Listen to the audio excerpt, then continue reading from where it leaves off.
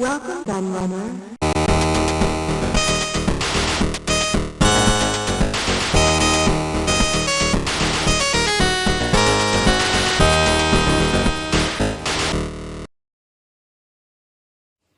Hello everybody, Q&A Cavalier here, and I'm back with a new book review for you. And this is a very new book review because this book has literally come out this week and I have a copy already, because this book was written by my good friend Shaun McClure, who we've covered quite a lot on this channel. In fact, I looked at his new Essentials ZX Spectrum Games book, I think it was just a few weeks ago now actually. And he's followed up in quick succession with another Spectrum book. This man is a machine at the moment. He's pumping out these books big time. And this is the fourth book in his series of what you can see behind. So he's been doing these guides for years now. He started off doing 1982 to 84. So he started with the release of the Spectrum, then 85 to 86, and then 87 to 88. And now he's done 89 to 90, which he says is going to be the last book in this series. I hope it's not, and I hope he carries on, because there still was quite a few releases after 1990. The Spectrum was still quite well supported for a while. I think it went on really till about 93. I think that's when, I think it was 93 that the last commercial game came out, if I remember rightly. Full price commercial game. I'd have to check that, but I'm pretty sure it's something like that. But yeah. So I do hope he does one more. He said this was going to be his last, but yeah, come on, Shaun. You can get one more of these out. Let's finish the job. But yes, this is 89 to 1990. It's another big one, as you can see, really big. I can't remember how many pages. It's got 700 and something, I think. 752. Amazing, incredible. Printed, actually, look at that. Printed in Dunstable, United Kingdom, just down the road from where I live. It was printed, where my books are quite often printed as well. So this series is a great series, and full disclosure, I contributed a little bit, because if you look at 85 to 86, you will find that I wrote the intro for it. There it is. See, there we go. Introduction by Kieran Hawken. So I've spoke about the games of 85 and 86, my memories of it. From way back when, and getting a Spectrum myself, playing on my friend's Spectrums, etc. So lots of memories from me and my Spectrum years in that forward to that book. And he's had forwards from other people, like I think 87 to 88, the forward is by Phil South, who was editor of Your Sinclair magazine. I can't remember who did the forward for this one. I can't remember. I'm gonna have to look now. Oh, Roger Keane, who's sadly passed away now. He was the editor of Crash magazine. So yeah, there we go. And in the latest one, so 89 to 1990, we have a forward by, oh look, Shaun McClure. So he did his own forward there. I actually just noticed, I have to point this out to him, there's a problem there, because it's cut off the top of the text there. That's a bit of a bummer, isn't it? I must point that out to him. I wonder if he spotted that himself. But there we go. So let's have a look at this. So obviously, this isn't every game. I need to point out, this isn't every game in those years, but it's a good chunk of them, obviously, because of the size of the book. So all the major titles from all the major companies are covered in this book.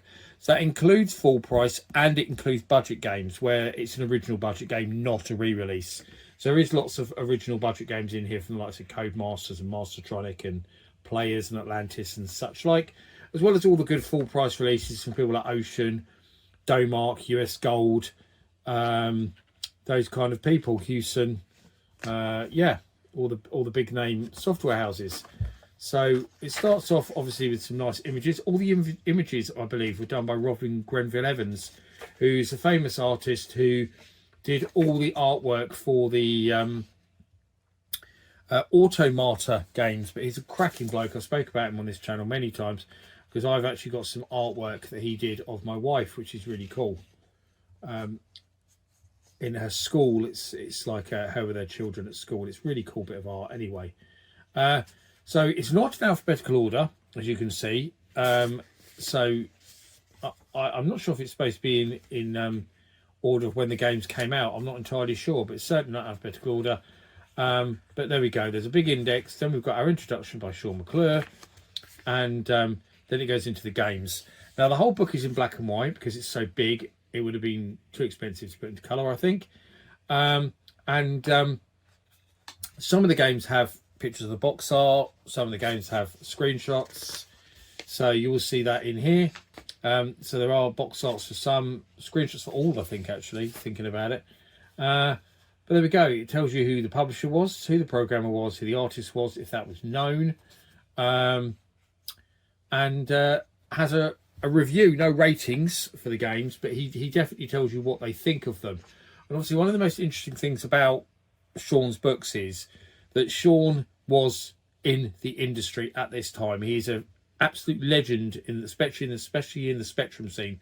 Most of his games that he did were Spectrum games. He did more games for Spectrum than anything else. He was a designer and an artist, worked on tons of games for tons of different software houses, some of the biggest software houses out there. He did stuff for Ocean, he did stuff for Atari, he did stuff for alternative software, Storm, aka the Sales Curve, Chrysalis.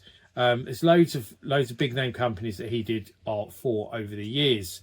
So, and you will see some of his own games obviously in this book, which is quite funny when you see him reviewing his own games, especially when he slags them off, which you will kind of see.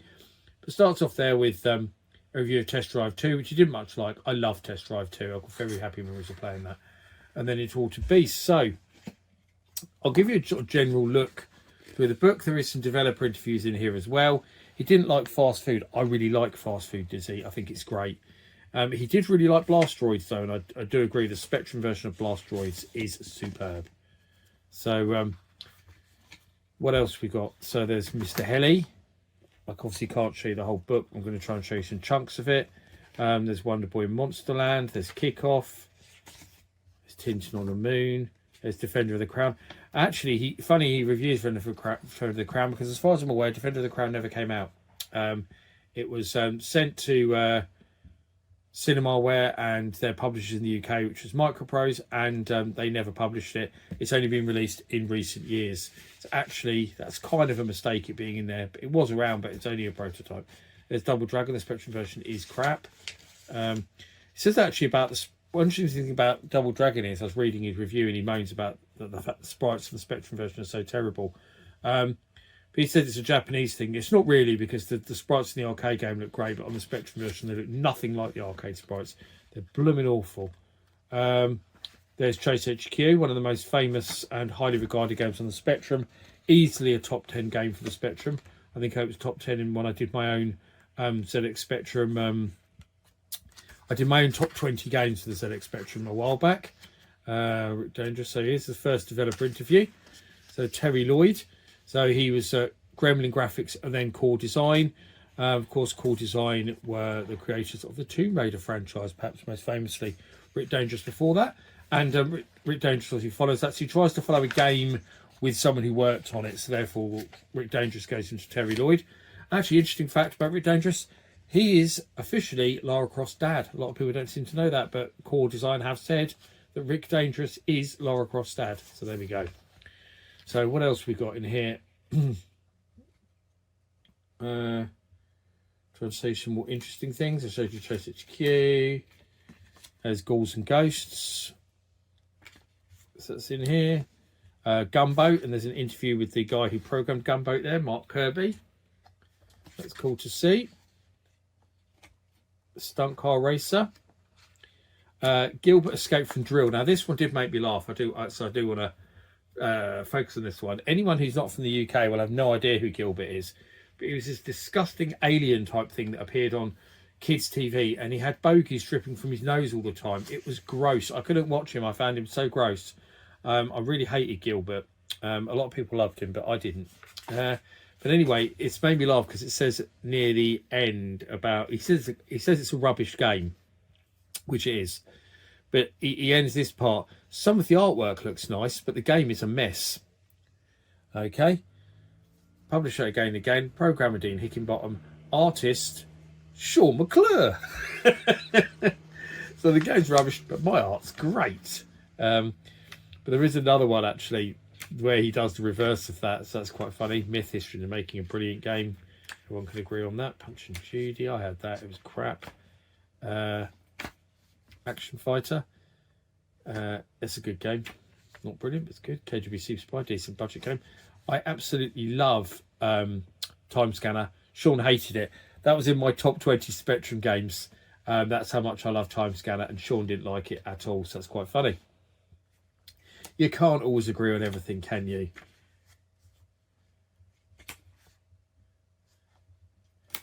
Sanction. There's text adventure stuff in here as well as normal games. There's Batman the Movie. It's a brilliant game. Shaun agrees on that. Starglider 2. What else we got? So there's a title that goes into a chat with Tazur, who was the editor of Your Sinclair for a long time, Theresa Morn. Brilliant interview. Your Sinclair was the best Spectrum magazine. I don't care what anyone says. So a lot of people say Crash. Crash was crap. Crash was my least favourite Spectrum magazine. The best was Your Sinclair. I quite liked Sinclair User because it had good cover tapes a lot of the time. But my favourite was Your Sinclair, which had the best cover tapes and agreed with their reviews the most. Ghostbusters 2, The Munsters, Power Drift, so I'm skipping quite a bit. License to Kill, APB. APB is a great game. He hated it. It's a great game. Return of the Jedi. Cybots, another one actually that Shaun hated, but I love. Another Atari arcade conversion as well. And he's quite harsh on a lot of the Atari arcade conversions. He didn't like Badlands either. And I really like that for the Spectrum. I actually think it's a good port. Vindicators, which he hated, I really like that as well. I think most of the 10 gen games are for the Spectrum are really good. But Shaun didn't like most of them. He liked 2-bin though, so that was good. 2-bin is probably the best of them. I absolutely love 2-bin. Continental Circus, that's a good one. Silkworm, that's a good one. Red Heat, Operation Thunderbolt, which he didn't like. A lot of people love Operation Thunderbolt. It's a very highly regarded game. Indiana Jones Last Crusade is a bit hard for me, Operation Thunderbolt, but it is good. Vigilante, on the Gauntlet, The Untouchables, Ninja Warriors. Then Ninja Warriors, before Ninja Warriors is Postman Pat, a game I have an enormous amount of nostalgia for. Shaun McClure worked on that one as the artist, and it has to be said, Postman Pat is almost like GTA for kids. Honestly, top-down driving game, a bit like the original GTAs, with a big open-world map. You can just sort of drive around and do what you like. You can do missions. God, it's actually a really good game, and it has an adult mode as well as a kids game. So if you've got a Spectrum, don't be put off by the fact it's called Postman Pat. Play Postman Pat because it's actually really good. And then a chat with Roger Hulley, whose company, Alternative Software, published Postman Pat and a lot of Shaun's games. So talks about a long interview. I've interviewed Roger Hulley myself. He's a wonderfully charismatic and interesting guy. I really enjoyed chatting with him. He's got a big interview with him in my MSX book, but I'll probably return and do interviews with him for other books. But it's quite hard to get interviews with people who worked on MSX software, so it's quite good getting Roger Hulley. And also, funny enough, Alternative bought the rights back catalogue to all of Dynamics games, so there's a very strong connection with the MSX and Alternative there, because Dynamic are a bit legendary in the MSX community. There's Double Dragon 2, which he hated. It's not bad, it's not completely horrible. Double Dragon 3 is the best of the 3 Double Dragon games on the Spectrum, in my opinion, which, funny enough, Shaun McClure worked on, so that's funny, isn't it? Stormlord. There's Duckula. This is the one I was waiting for. So this is funny because obviously Shaun McClure was the artist on Duckula. It's renowned as being quite a crap game. Duckula 2 is even worse. In fact, a lot of people believe that Count Duckula 2 is like one of the worst games ever made because it's just a broken mess. But he actually says here that the graphics are rubbish. The background's a pixelated mess, which means it's difficult to pick out some of the items that you're supposed to find. Although he told me that he didn't do the backgrounds. He said that's why he said that. But he said another frustration is the artwork, which really lets the game down. But he said he just did the sprites and stuff. He didn't do the backgrounds. But he's the only one credited there. So, no. At least he's happy to slag off his own work. Official Father Christmas. That was another one Shaun McClure did. He said, again, it's decent. It has good graphics. He says satisfactory artwork. I just think the graphics in that game are really good. What else we got there? Last Duel. Hate. There's Robocop 2. A game that's far too hard. And that goes into an interview with Gary Bracey, who ran Ocean Software, I believe. It does, yeah. So you've got an interview there with Gary Bracey, development director at Ocean. Probably the best Spectrum software house, Ocean, in terms of quality. There's Turrican, a brilliant conversion that was to the Spectrum. Slice by, a great Ocean conversion. Dan Dare 3, which I love. It's one of my Spectrum favourites.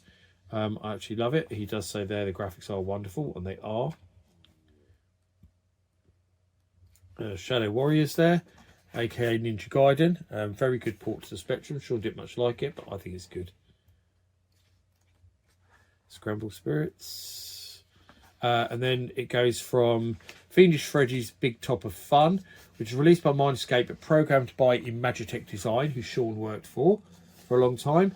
And it goes into an interview with Barry Leach, who was the main musician guy at Imagitech Design for a long time and worked on some really iconic music. For example, the Lotus Turbo Challenge games, Xenophobe, there's some Viking Child. He did some really good music. Absolutely legendary chiptune musician, Barry Leach. Brilliant. Dynasty Wars, P-47 Thunderbolt, Monty Python. Gaza Super Soccer. It's a terrible game. Strider 2, Rick Dangerous 2. Chips Challenge, A Spy Who Loved Me. And then it's got another interview. Dominic Wheatley, who was the one of the guys who ran at Domark, who did the James Bond games. And of course, those, Tengen, you're supposed to say, I always say Tengen, but it's supposed to be Tengen. The Atari Games arcade licenses, they did all of those on the Spectrum, or a lot of those. Stormlord 2, Teenage Mutant Ninja Turtles, a wonderful looking game on the Spectrum, not so good to play. There's Postman Pat 2, which is nowhere near as good as the first one, sadly. Shadow of the Beast, Yogi Bear. There's Badlands, it's just that he didn't much like. I do like that. Then you've got another interview, Jason McGann, who did some of those games at Enigma variations for alternative software with Shaun, like Postman Pat, Duckula. There we go. So I did an interview with him. That's cool to see. Italy 1990. Rainbow Islands, one of the Spectrum's best games again. It shows you some really good quality of the games actually in this book. Nightbreed, Hong Kong Phooey, Quick Snacks. That's a great little game. I seem to remember you didn't like Quick Snacks as well. Kickoff 2. Garfield and Winter's Tale. Super Ted. Clax. That's a really good conversion. He actually did agree that was a good conversion. Mark Inkley, who did Clax and some other stuff as well.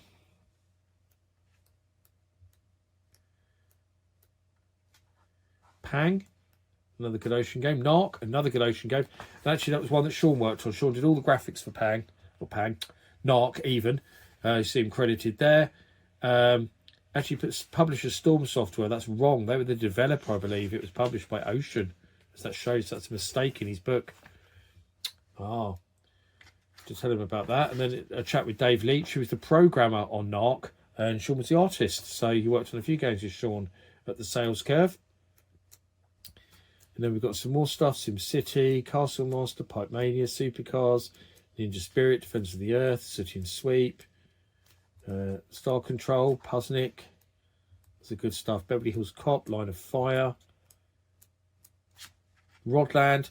And then after Rodland, Shaun interviews himself, which is hilarious because he worked on Rodland.